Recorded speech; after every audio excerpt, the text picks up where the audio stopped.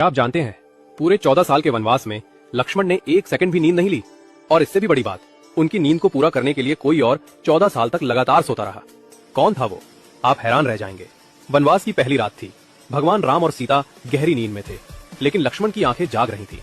उन्हें लगा, यदि मैं सो जाऊं तो जंगल के खतरे मेरे भैया और भाभी को नुकसान पहुंचा सकते हैं। इसी समय निशाचर देवी निद्रा अवतरित हुई। उन्होंने कहा, लक्ष्मण, 14 वर्षों तक जागना किसी मानव के बस की बात नहीं। तुम्हें यह वरदान तभी मिलेगा जब कोई तुम्हारी नींद अपने ऊपर ले ले।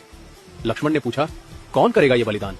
निद्रा मुस्कुराई, तुम शेषनाग के अवतार हो और तुम्हारी पत्नी उर्मिला लक्ष्मी का स्वरूप, वो ही तुम्हारे हिस्से की नींद सो सकती है।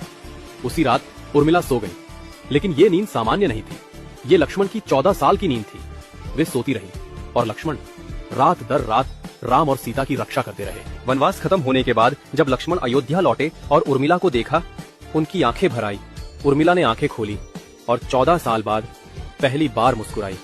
लक्ष्मण ने कहा, तुम्हारे इस त्याग के बिना मैं इस धर्म को निभा ही नहीं पाता।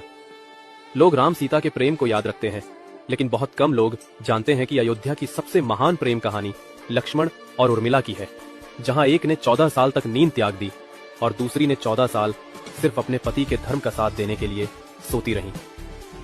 ये कहानी हमें सिखाती है, सच्चा त्याग बिना शोर के किया जाता है। जय श्री राम।